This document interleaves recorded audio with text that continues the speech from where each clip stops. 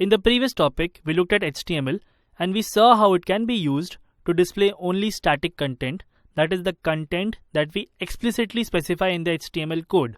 But how do we display dynamic content?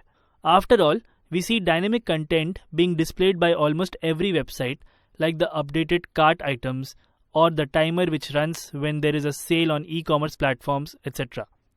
So then how do we make a website dynamic? Well, the answer to this is the server-side programming language. We will look at the most popular server-side programming language, that is PHP. So, PHP generates some output based on some code and then it attaches this output to the HTML file so that dynamic content can be displayed by the browser. That was about the usefulness of PHP. Now let's look at a few basic features of PHP. PHP stands for Hypertext Preprocessor. It is a server-side programming language and is also called a scripting language. It is used to display dynamic content in an HTML page. It is an interpreted programming language, while most other common languages like Java, C and C++ are compiled programming languages. Let's understand what these terms mean. In a compiled language, the code is compiled in an exe or jar file and then it is executed. But that is not how PHP works. In an interpreted programming language like PHP, the code is read by a software which is present on a server and it is executed line by line.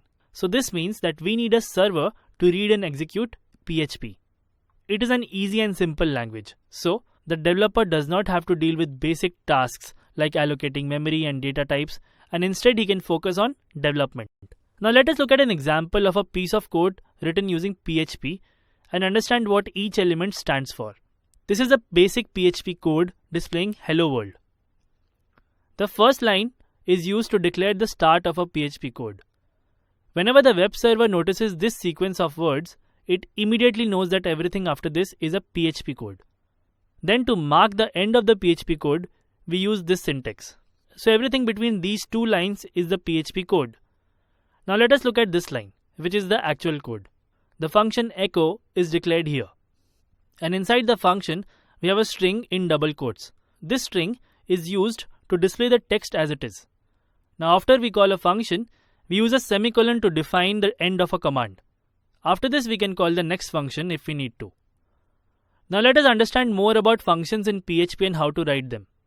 So PHP has some predefined functions. The purpose of these functions is already defined within the language. So whenever we use the function echo, the server knows what to do with it. Just like if a person brings his hand up in the high five gesture, the other person automatically responds with a similar motion. And it's same with shaking hands. Similarly, the moment the interpreter sees the predefined functions, it knows how to execute them. So we call a function by writing its name, followed by round brackets, and we terminate this by a semicolon. This is the syntax for calling a function in PHP. Now echo is also a predefined function in PHP, whose purpose is to print the string that is passed inside the function. That was all for this video. Click next whenever you are ready.